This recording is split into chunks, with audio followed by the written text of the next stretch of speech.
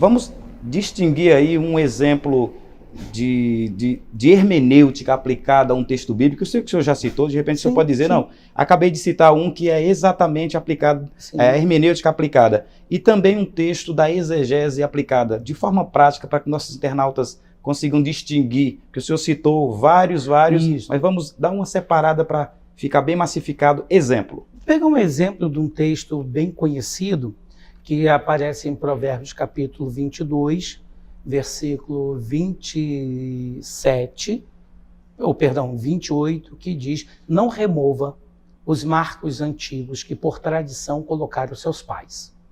Hermenêutica. Identificar a palavra-chave, a palavra marco. Não remova o quê? O marco. Quem colocou o marco? Vossos pais. Então, na verdade, a palavra marco, ele é o núcleo do próprio texto, porque todos os restantes são palavras satélite e convergem para dar o sentido de marco. Então, isso é hermenêutico. Eu identifiquei a palavra-chave. Isso é, no primeiro momento, é hermenêutico. Vou ao dicionário para saber o sentido da palavra marco. E aí eu vou entender que essa palavra marco, em outra tradução, vai aparecer também como limite. O dicionário vai me dar como opção que marco era uma estaca ou então uma pedra onde estavam inscritos a delimitação ou a extensão daquele terreno. Tudo isso aqui ainda está dentro do campo da hermenêutica. Vou pegar esse texto, vou ler em 3 traduções diferentes. Se eu não tenho condições de ler em hebraico, eu leio em 3 traduções diferentes. Consigno uma tradução literal modificada, e eu diria assim, por exemplo, uma tradução literal modificada como a Bíblia King James Fiel, de 1611. Pego a Almeida Revista e Corrigida e pego também uma NVI. Essas 3 traduções, elas têm metodologias diferentes. Consequentemente, elas vão me dar possibilidades diferentes na tradução daquela palavra e na interpretação desse texto.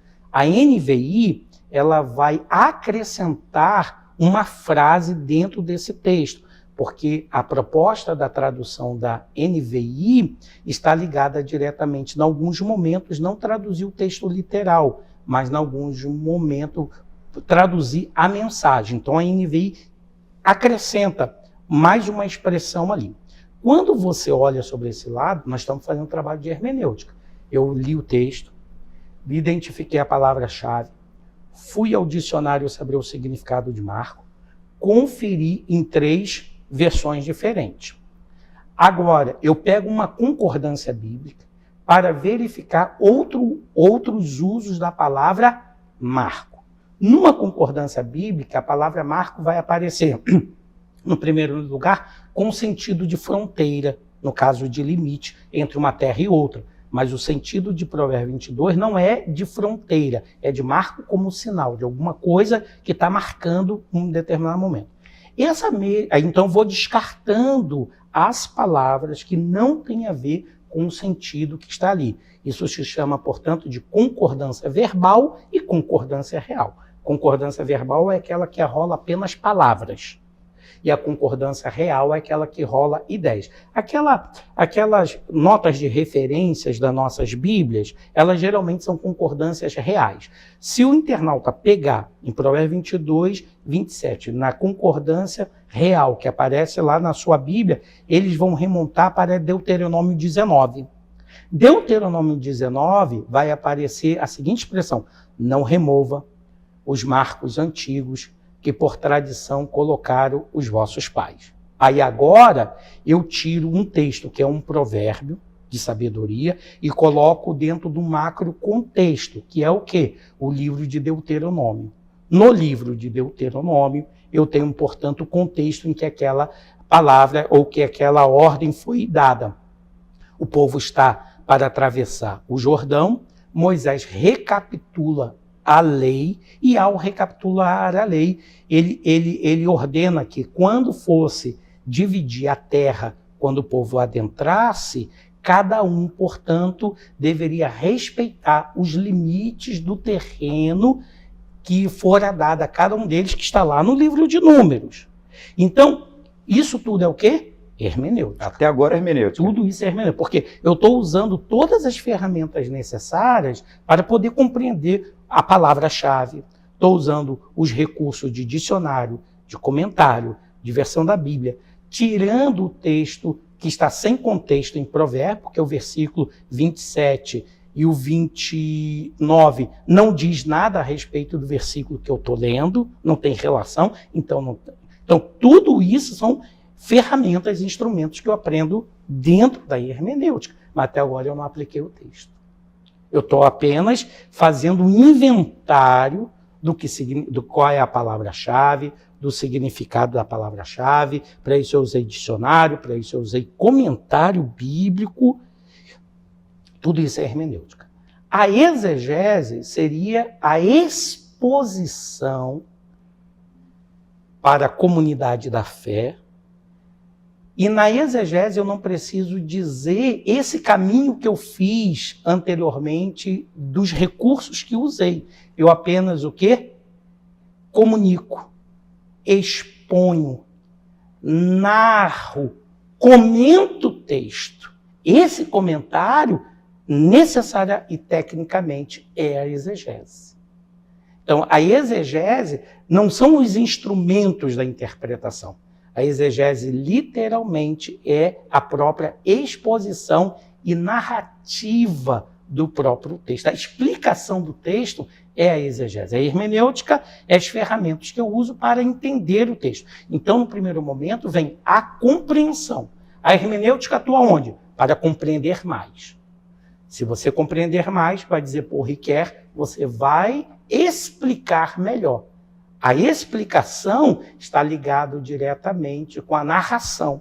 A compreensão está ligada com os elementos cognitivos das ferramentas que você utiliza para compreender. Mas a explicação, ela é narrativa. Então, a exegese é essa narração propriamente. E a aplicação? Aí que vem o sentido. Como é que se aplica, então? Não remova os marcos antigos que, por tradição, colocaram seus pais. A exegese vai dar conta da aplicação. O texto, portanto, está falando de justiça social. Remover o marco é roubar a propriedade do outro. Sabe essas brigas que existem em determinados locais, porque a pessoa constrói o terreno, o muro, 1 metro para dentro do terreno do outro? Esse texto está querendo dizer isso, como se dissesse, olha, não roube espaço do terreno do seu vizinho. Respeite os limites do seu terreno e os limites do terreno do seu vizinho. Como ele diz isso? Não remova os marcos antigos. Mas aí o leitor, ele tem, por exemplo, o dicionário Wycliffe. Dá para ajudar bastante. Que vai ajudar, porque o dicionário bíblico o auxilia para compreender o sentido, por exemplo, da palavra marco. Ele tem aquele dicionário de hebraico e grego do Vine, que também o auxilia para ter o sentido literal daquela palavra. Ele tem a enciclopédia do Orlando Boyer, que, embora tão sintética e resumida, ela tem uma eficiência muito grande. Então ele tem esse. Ele tem versões da Bíblia diferentes, ao meio da revista corrigida, ao meio da revista atualizada.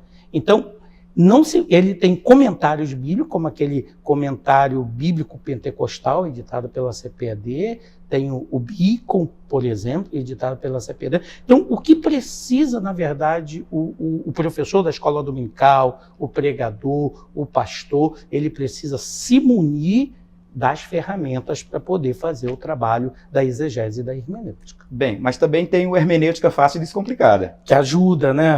Sem dúvida. O hermenêutica fácil e descomplicada ajuda. Porque na verdade a gente conversou aqui um pouco e aí deve ter ficado alguma dúvida, e se alguém ficou com dúvida, procura a hermenêutica fácil e descomplicada, que tem algumas outras respostas a algumas perguntas que não fizemos, mas com certeza tem algumas respostas lá.